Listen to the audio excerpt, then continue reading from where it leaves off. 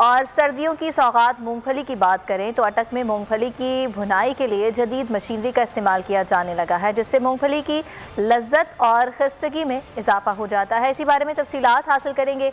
हाफिज खलील हमारे साथ हैं। खलील, आगाह कीजिएगा इस मशीन के हवाले से।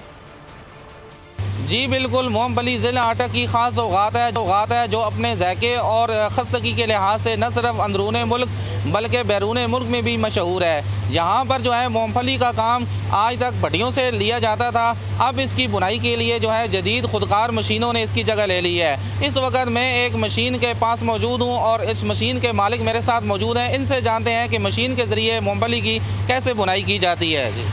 मतलब वो मूंगफली हम बुनाई करते बहुत बेहतरीन हो जाते, खस्त होते, बेहतरीन वक्त मतलब वक्त भी हमारा बचा लेते हैं। तो मिसाल में अगर बड्डी में हम 5 बोरी बुनाई करते इधर 10 हो जाते। शुक्र अल्हम्दुलिल्लाह, काम बहुत बेहतरीन है।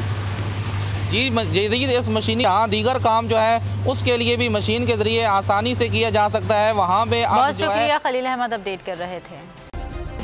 सब्सक्राइब करें और बेल दबाएं ताकि कोई खबर रह न जाए।